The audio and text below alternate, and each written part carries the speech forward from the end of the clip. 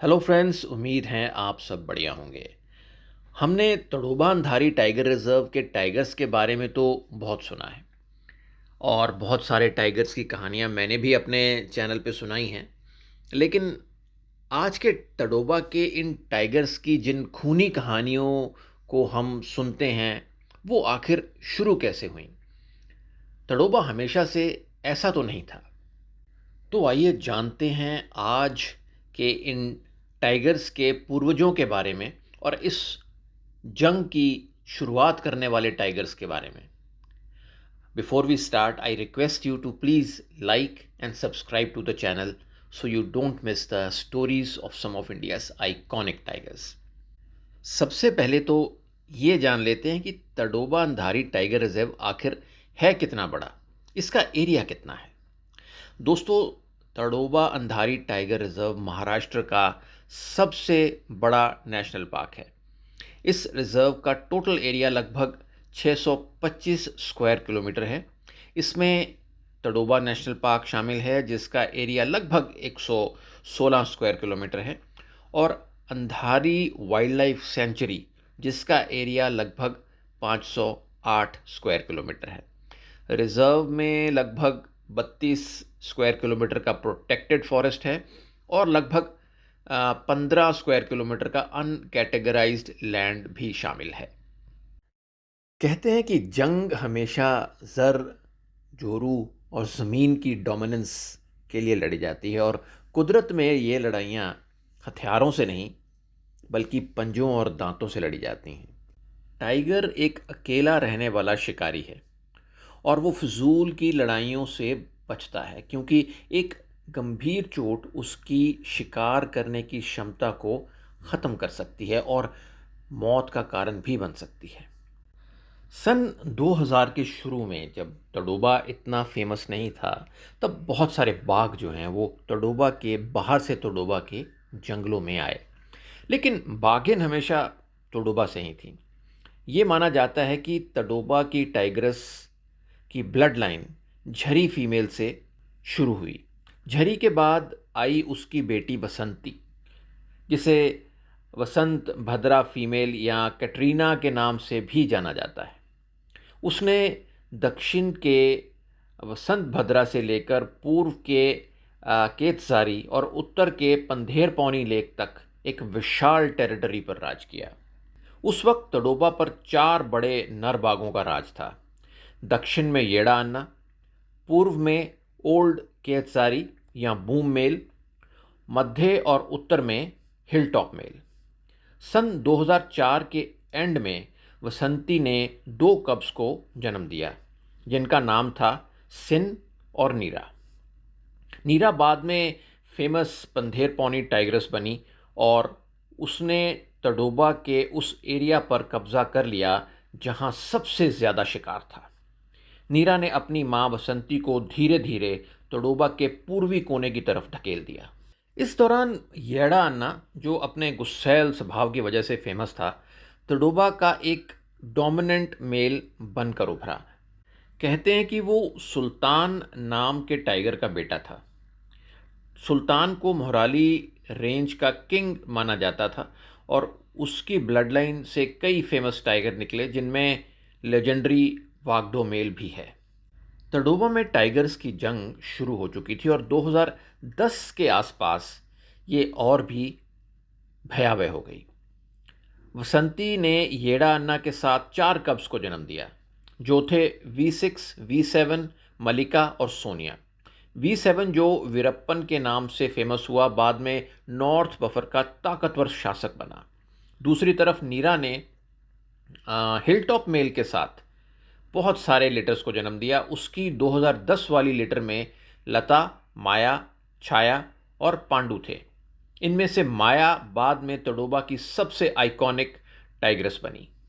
2012 और 13 के दौरान तडोबा में बहुत सारे डोमिनेंट मेल एक्टिव थे, जिनमें वीरप्पन, नरसिम्हा, सैटर्न या जिसे नामदेव मेल टाइगर भी कहा जाता है, टाइसन या केतसारी मेल, गब्बर और वागडो थे। सिर्फ 100 स्क्वायर किलोमीटर के एरिया में इतने डोमिनेंट मेल्स का होना एक बहुत बड़ी जंग का सिग्नल था। सैटर्न, टाइसन और गब्बर के बीच जो लड़ाइयाँ हुईं, उन्होंने तडोबा के इतिहास को बदल दिया। गब्बर उस वक्त प्राइम में था। 2013 में उसकी सैटर्न के साथ एक बहुत ज़बरदस्त लड़ाई हुई, जहां गब्बर की जीत हुई। टाइसन भी माया के लिए कम्पीट कर रहा था। 2014 में गब्बर और टाइसन के बीच एक बहुत ही खूनी लड़ाई हुई, जिसमें टाइसन बुरी तरह जख्मी हुआ। गब्बर का दबदबा साफ दिख रहा था। माया ने गब्बर के कब्ज को जन्म दिया, लेकिन वो लिटर सरवाइव नहीं कर पाई। फिर इस लड़ाई में एक मेजर ट्विस्ट आया, जब wild life institute of India ने दिसंबर 2014 में गब्बर को रेडियो कॉलर पहना दिया। उसके बाद गब्बर का दबदबा कमज़ोर पड़ने लगा। पहले टाइसन ने उसे चैलेंज किया और फिर सैटन ने लगभग वन साइडेड फाइट में गब्बर को बुरी तरह जख्मी कर दिया। ये तडोबा में गब्बर के शासन का अंत था।